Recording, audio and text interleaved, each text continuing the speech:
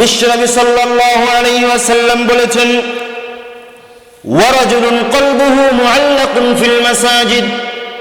3 নম্বর হলো ওই ব্যক্তি, যে ব্যক্তি এক ওয়াক্ত নামাজ পড়ার পরে বাড়ি যাওয়ার পরে যখন জোহরের নামাজ আদায় করেছে, তার মনের মধ্যে এই চিন্তা, কখন আসরের আজান দিবে, আসরের আজান হওয়ার সাথে সাথে আমি মসজিদে চলে যাব।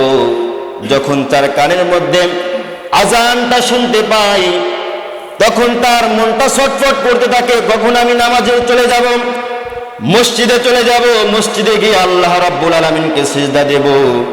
আল্লাহ রাব্বুল আলামিনের হাবিব বিশ্বনবী সাল্লাল্লাহু আলাইহি ওয়াসাল্লাম বলেছেন, এই সমস্ত ব্যক্তিকে আল্লাহ রাব্বুল আলামিন আরশের ছায়ার নিচে অবস্থান করার সুযোগ দান করবেন। বলেন সুবহানাল্লাহ। আমার ভাইরা একটু খেয়াল করে শুনুন, আল্লাহর হাবিব সাল্লাল্লাহু আলাইহি ওয়াসাল্লাম দুনিয়া থেকে বিদায় নেওয়ার কিছুদিন আগে বিশ্বনবী সাল্লাল্লাহু আলাইহি ওয়াসাল্লাম প্রচন্ড রকম অসুস্থ হয়ে গেলেন। মসজিদের সাথে তার সম্পর্ক কেমন ছিল একটু শুনুন। বিশ্বনবী সাল্লাল্লাহু আলাইহি ওয়াসাল্লাম প্রচন্ড রকম অসুস্থ হয়ে গেল। বিশ্বনবী সাল্লাল্লাহু আলাইহি ওয়াসাল্লাম প্রচন্ড রকম অসুস্থ হয়ে গেল। মা আয়েশা রাদিয়াল্লাহু আনহা কামরায় হুজরাখানায় তিনি অবস্থান করেছিলেন। আয়েশা রাদিয়াল্লাহু আনহাকে বললেন, ওগো আয়েশা, 2 জন সাহাবা ইকরামকে ডাকো, আমার মন মানে না, মসজিদে গিয়ে আমি নামাজ আদায় করব, সালাত আদায় করব। 2 জন সাহাবা ইকরামকে ডাকো, আর আমার গোসল দেওয়ার জন্য গরম পানি করো, ওযুর ব্যবস্থা করো। আল্লাহর হাবিব সাল্লাল্লাহু আলাইহি ওয়াসাল্লামের নির্দেশ মোতাবেক আয়েশা রাদিয়াল্লাহু আনহা 2 জন সাহাবা ইকরামকে ডাকলেন, ওযুর ব্যবস্থা করলেন। বিশ্বনবী সাল্লাল্লাহু আলাইহি ওয়াসাল্লাম গোসল করে 2 জন সাহাবা ইকরামের কাঁধে ভর করে বিশ্বনবী সাল্লাল্লাহু আলাইহি ওয়াসাল্লাম মসজিদে নববীতে উপস্থিত হলেন। বিশ্বনবী সাল্লাল্লাহু আলাইহি ওয়াসাল্লাম নামাজ আদায় করলেন। নামাজ শেষে বিশ্বনবী সাল্লাল্লাহু আলাইহি ওয়াসাল্লাম সাহাবা ইকরামের উদ্দেশ্যে ভাষণ দিলেন, খুতবা দিলেন। খুতবা দেওয়ার সময় বিশ্বনবী বললেন, হে আমার সাহাবা ইকরাম, তোমরা শোনো, আল্লাহ রাব্বুল আলামিন গোটা পৃথিবীর সমস্ত সম্পদ একটা ব্যক্তিকে দিতে চেয়েছিলেন, কিন্তু সেই ব্যক্তি গোটা পৃথিবীর সম্পদের চেয়ে অপেক্ষা করে, সম্পদগুলো উপেক্ষা করে তার রবের সাক্ষাতের জন্য তিনি সেটাকে প্রায়োরিটি দিয়েছেন, প্রাধান্য দিয়েছেন। এই খুতবা যখন দিলেন, আবু বকর রাদিয়াল্লাহু আনহু তিনি বাচ্চা শিশুর মতো হাউমাউ করে কান্না করতেছেন। কোন সাহাবা একরাম বুঝতে পারে না। খুতবা শেষ হয়ে যাওয়ার পরে সমস্ত সাহাবা একরাম আবু বকর রাদিয়াল্লাহু আনহুকে জিজ্ঞাসা করেছেন, হে আবু বকর, তুমি কেন কান্না করলা? বাচ্চা শিশুর মতো কেন কান্না করলা? আবু বকর রাদিয়াল্লাহু আনহু বললেন, হে আমার ভাইরা, শুনো, আল্লাহর হাবিবের বক্তব্য তোমরা বুঝতে পারো নাই, ভাষণ তোমরা বুঝতে পারো নাই। আল্লাহর হাবিব বলেছেন, গোটা পৃথিবীর সমস্ত সম্পদ একজন ব্যক্তিকে দিতে চেয়েছিলেন আল্লাহ পাক রব্বুল আলামিন, কিন্তু সেই ব্যক্তি তার সমস্ত সম্পদকে উপেক্ষা করে রবের সাথে দিদারকে তিনি প্রাধান্য দিয়েছেন।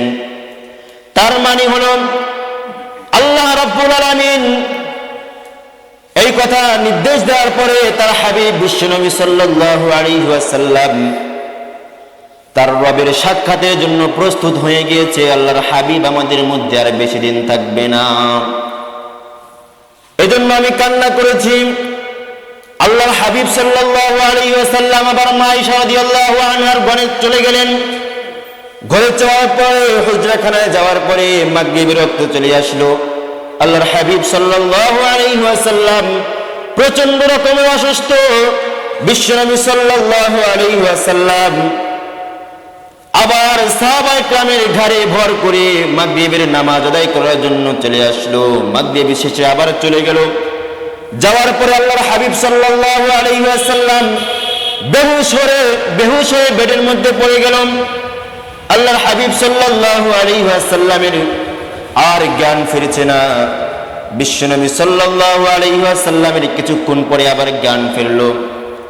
ইশার ওয়াক্ত চলে আসলো। মা আয়েশা রাদিয়াল্লাহু আনহাকে উদ্দেশ্য করে বললেন, হে আয়েশা, আমার জন্য ওযুর ব্যবস্থা করো, আমি মসজিদে গিয়ে নামাজটা আদায় করতে চাই। বলেন সুবহানাল্লাহ। মসজিদে গিয়ে নামাজটা আদায় করতে চাই, ওযুর ব্যবস্থা করুন। আয়েশা রাদিয়াল্লাহু আনহা ওযুর ব্যবস্থা করলেন। এসে দেখে বিশ্বনবী আবার প্রচন্ড রকম অসুস্থ হয়ে বেহুশ হয়ে জমিনের মধ্যে পড়ে গেল। আয়েশা রাদিয়াল্লাহু আনহা চিন্তা করেছেন এখন কি হবে। বিশ্বনবীর আবার হুঁশ ফিরে আসলো। হুঁশ ফিরে আসার পরে সাহাবায়ে কেরাম বিলাল রাদিয়াল্লাহু আনহু ইশারের সালাতের জন্য আযান দিয়েছেন। সমস্ত সাহাবায়ে কেরাম নবীর জন্য অপেক্ষা করতেছেন, নবী কোন সময় আসবে, আমার ইশারের সালাত আদায় করব। বিশ্বনবী সাল্লাল্লাহু আলাইহি ওয়াসাল্লাম যখন আবার ওযু করতে যাবে তখন আবার অসুস্থ হয়ে গিয়েছেন, বেহুশ হয়ে গিয়েছেন।